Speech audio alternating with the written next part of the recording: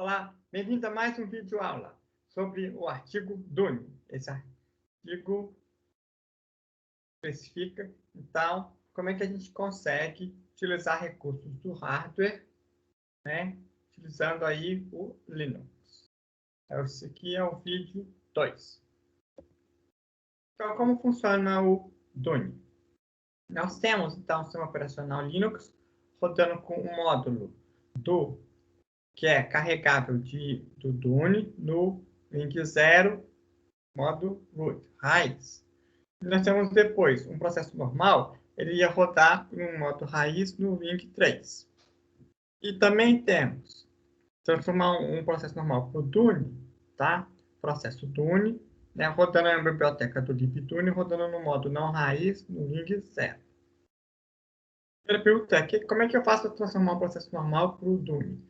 Então, você vai usar aí, tem o comando aí, IO control, né? Que vai usando /DUNI para transformar o processo normal para o DUNI.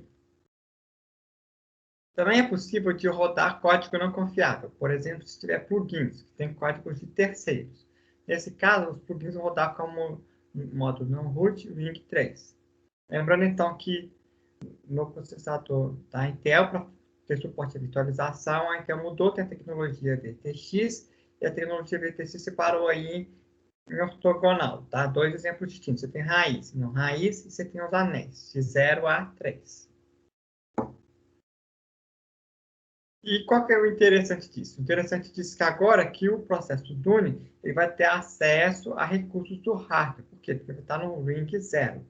Então, por exemplo, o processo DUNI pode ter acesso às tabelas de páginas. Pode também ter acesso às exceções. Então, ele está fazendo um processo de usuário ter acesso a recursos do hardware, que era um objetivo do exokernel. Só que o exokernel precisava modificar todo o sistema operacional. E aqui não, ele está executando em cima do Linux. E aí, o processo DUNI consegue comunicar com o módulo DUNI no kernel através do sistema de chamadas que provê uma API. Como é que é a parte de gerência de memória do VTX? Então, vamos lembrar aqui. A gente tem a aplicação, ela roda no modo não raiz, anel 3. Vai ter a VM, que vai ser modo não raiz, anel 0. E o hypervisor, que vai ser modo raiz, anel 0. E aí, a VM tinha lá sua tabela de páginas. O hypervisor, então, mantinha um mapeamento da tabela de páginas física para a tabela de páginas de máquina. Tá? Então, o que vai ter agora? O sistema de gerência do VTX vai fazer esse mapeamento em hardware. Então, é chamado de EPT, Extended Page Table. Então, criou-se um hardware que faz esse mapeamento da tabela da página física, que está na VM, para a página na memória de máquina. Esse hardware é chamado de EPT. Lembrando que a VM, né, tem a restrição que tem aquela ilusão que a memória é contínua e começa do zero. Mas na memória de máquina isso não é verdade. A gente consegue criar essa ilusão como? Com esse nível de endereçamento. Como é que é o sistema de memória do DUNI? Então vamos lá. No DUNI, o que a gente tem? Ele vai usar o sistema de memória do VTX que eu mostrei no slide anterior, mas vai usar de maneira diferente. Então, o que a gente tem aqui? A gente tem a memória física, memória de máquina, que está na memória RAM. E aí, no processo normal, né? Vamos contar aqui no processo normal, a gente ia ter o quê? Teria normal rodando, né? E utilizaria a tabela de página do kernel. Então, por exemplo, o sistema operacional Linux. E aí, ele faria, então, um mapeamento da tabela de páginas virtuais, né? Virtual Page Number, para quê? Para Physical Page Number. Então, aqui eu faria o mapeamento da memória virtual para a memória física. Já no processo DUNI é diferente. Então, o processo DUNI vai rodar em uma memória, né, visitante virtual, No caso do Dune, ele não precisa que a memória seja contínua, tá? Igual na VM. E o processo do Dune não consegue modificar o frame, o quadro, né, de mapeamento físico. Então, aqui eu vou ter o processo Dune que vai ter o mapeamento de memória virtual para memória física e depois ter memória física para máquina. Quem faz esse mapeamento vai ser o EPT, que eu expliquei no slide anterior. E aí o Dune então vai carregar um módulo carregável no sistema do kernel. Tá? Uma dificuldade que o artigo comenta é que a tabela de páginas tem 48 bits. E o EPT, né, só fornece 36 bits. Tá? Isso aí é para as máquinas de 64 bits. Então tem dificuldades. Se a tabela de página é 48 bits, o EPT é só 36, como é que faz? Então, o que o artigo sugere ele restringe o EPT. Então, você só consegue alocar aí, ele considera que os 12 primeiros bits são iguais, então só consegue alocar aqueles espaços de memória de 36 bits. Isso é uma restrição do EPT. O Dune também tem outros recursos. Ele permite você tratar exceções, por exemplo, falha de página, chamadas de sistema e threads. Vamos falar sobre isso. Como é que é a exceção no Dune, então? Você tem a aplicação rodando no modo não raiz 3, você tem o processo Dune rodando no modo não raiz 0, e você tem a biblioteca libdune. E aí, se você tem lá embaixo o sistema operacional Linux rodando com o módulo do kernel Dune no modo raiz 0.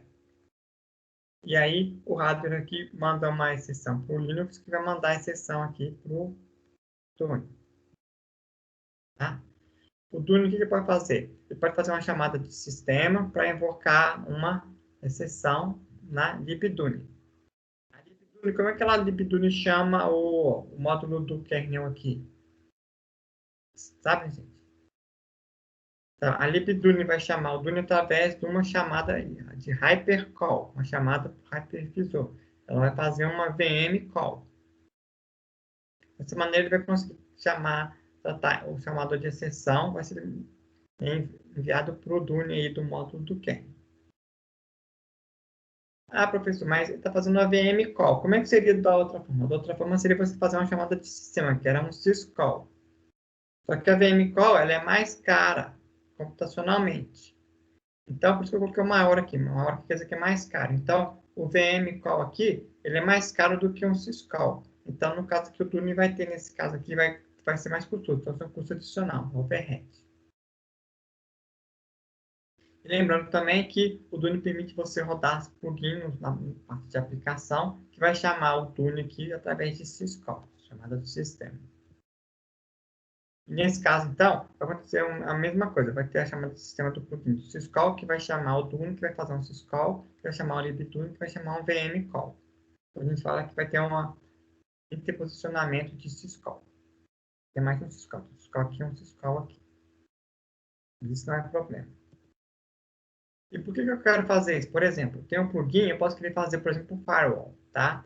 Eu quero não permitir que, que o plugin consiga acessar certas páginas nas web, tá? Então, é possível fazer isso usando o Dune. E a questão das threads. O Dune também permite ter threads. Então, o Dune ele estendeu o conceito de abstração dele para as threads. Então, você tinha processos com recursos de hardware e as threads também podem acontecer isso. Então, você tem aqui um processo, essa bolinha rosa, e você está rodando aqui uma thread normal. Você transformar uma outra thread normal para uma thread Dune, tá? E essa thread Dune, ela vai ser salvo o estado dela com o estrutura de dados VMCS, que é lá da máquina, configuração da máquina virtual de Configuration State. Tá? Dessa forma, essa thread aqui vai conseguir ter acesso a recursos do hardware. Então, você consegue não só processo, mas também threads terem acesso a recursos de hardware.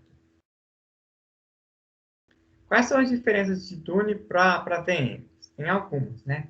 Primeira entidade. Dune está lidando com processos. As VMs estão lidando com máquinas virtuais. O que mais? Tabela de páginas. Quem faz a tabela de páginas vai ser o EPT, né, do hardware. Já com as VMs, né, você precisa ter uma cópia da VM no Hyper-V. O que mais?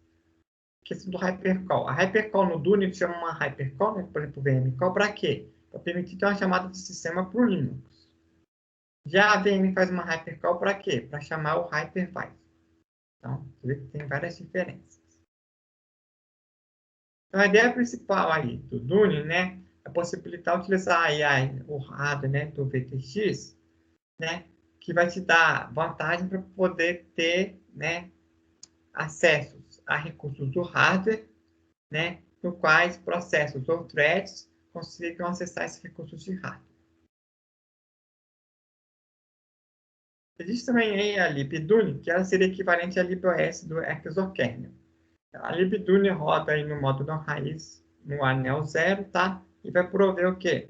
Chamada de sistema com a API, vai poder você carregar, né? O Elf, o carregador de código executável, de plugins, tá? E também vai cuidar da tabela de páginas do nível de usuário. O libdune também permite você fazer a transação de um processo normal para um processo Dune, tá? Como é que ele faz isso? Primeiro ele vai criar a tabela de páginas, depois ele vai mudar o registrador CR3, que tem um ponteiro lá para a parte da memória, para a unidade de memória, né? E depois ele vai fazer uma VM call, que é uma hypercall, para o módulo do Dune.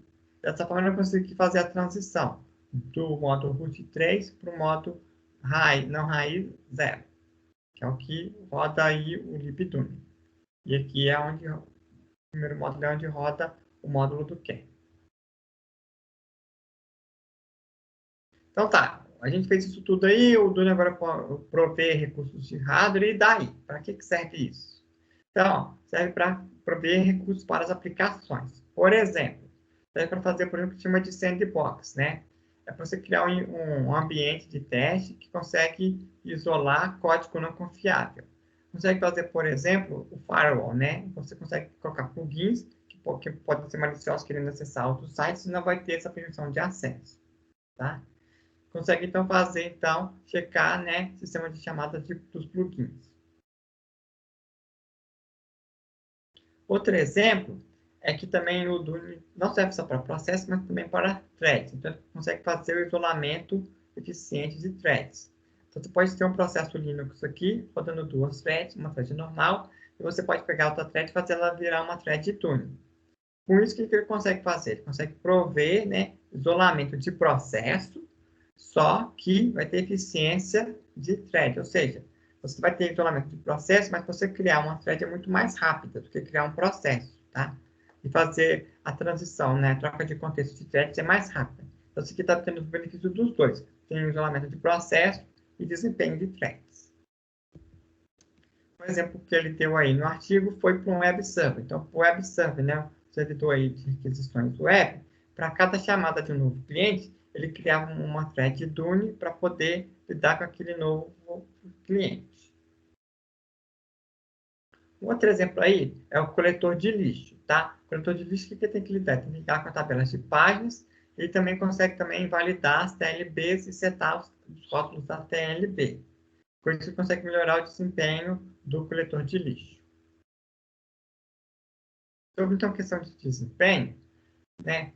O Dune ele é pior em dois aspectos. Ele é pior para chamadas de sistema e para tratar falhas de páginas. Então, tá aqui tem o Linux e o Dune. Então, por exemplo, o getPID no Linux gasta 138 ciclos e o Dune gasta 895, ou seja, gasta muito mais.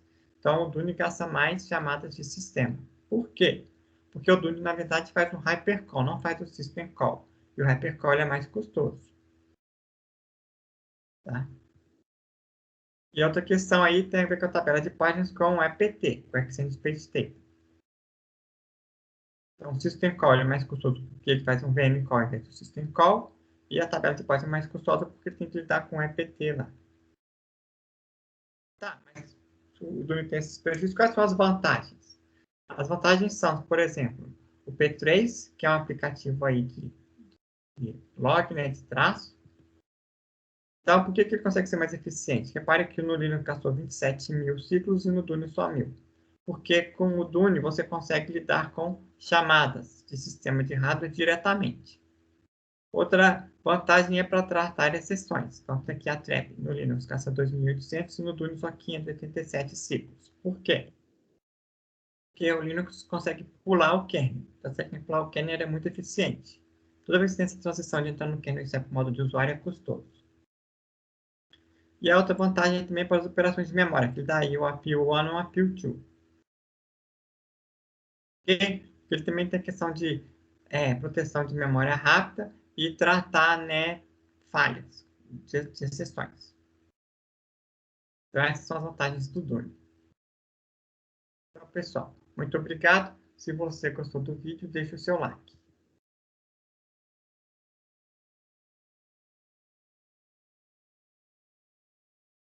Até o próximo vídeo, pessoal.